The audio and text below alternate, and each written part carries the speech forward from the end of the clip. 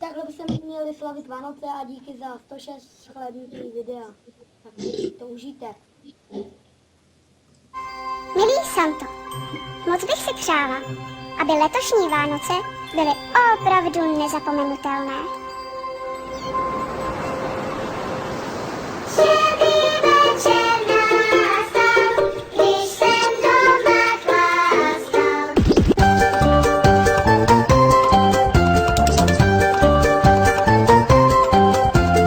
Atmosféra vánoční už mi leze krkem. Cítím se být v řetězech a cítím se svým smrkem. Připadám si jako ten můj malej stromek na chviličku. Vždyť i na mě visej koule a mám taky špičku, fakt že jo.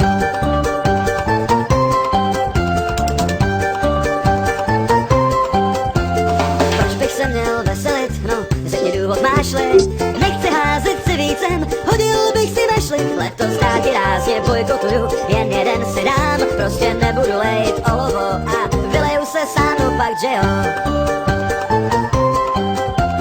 Štědrý večer nastal, když jsem doma chlastal.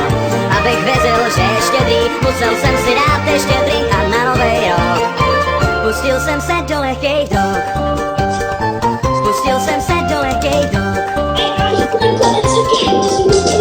Atmosféra vánoční, pak mi hejbe žlučí. Proč mám slavit, že jsme zas o jeden rok chudší? Už jsem asi přišel do let, kdy není do zpěvu kolet. Chceš mě nutit zpívat, zkus to vole, bude tě to bolet, fakt že jo. Štědrý večer nastal, když jsem doma chlastal. Abych věřil, že je štědrý, musel jsem si dát ještě drink a na novej rok pustil jsem se do lehkej drog. Pustil jsem se do lehkej drog. Za okny chumelí a mně právě zdá se, že letos nadělím si kočku jako práce. Andělé na kůru zpívaj haleluja, jsou zase na káry a teď se naleju já. Já budu klidně tím, kdo sní o Vánocích bílých, ale pouze v případě, že je ozdobílých. Místo Vánoc ty mít radši zase Saturnálie.